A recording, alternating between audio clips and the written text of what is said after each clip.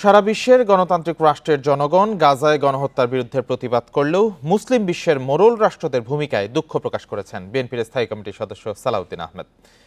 Bundle থাকলে প্রতি সেনমানিতে টাকা বাঁচবে। বিকাশ সেনমানি বান্ডেল কিনে জিতুন প্রতি লেনদেনে। তিনি বলেন, জাতিসংঘ সহ বিভিন্ন বিশ্ব সংস্থার নিষ্ক্রিয়তায় ইসরায়েল গাজায় গণহত্যা চালিয়ে যাচ্ছে। শনিবার দুপুরে রাজধানীর সোহরাওয়ার্দী উদ্যানে মার্চ ফর গাজায় অংশ নিয়ে তিনি এই কথা বলেন। সকল জনগণ আজকে এই গণহত্যার বিরুদ্ধে প্রতিবাদ করছে, আমরাও তার শরিক হচ্ছি। তবে দুঃখের বিষয়, মুসলিম বিশ্বের মোড়ল রাষ্ট্ররা ইসরায়েলের বিরুদ্ধে তেমন কোনো প্রতিবাদ করছে না। জাতিসংঘের নীরব ভূমিকা এবং ওআইসি সহ আরব লীগের যে নীরব ভূমিকা এবং নিষ্ক্রিয়তা, সেই জন্য এই গণহত্যা পরিচালিত হওয়ার জন্য তারা সুযোগ পাচ্ছে।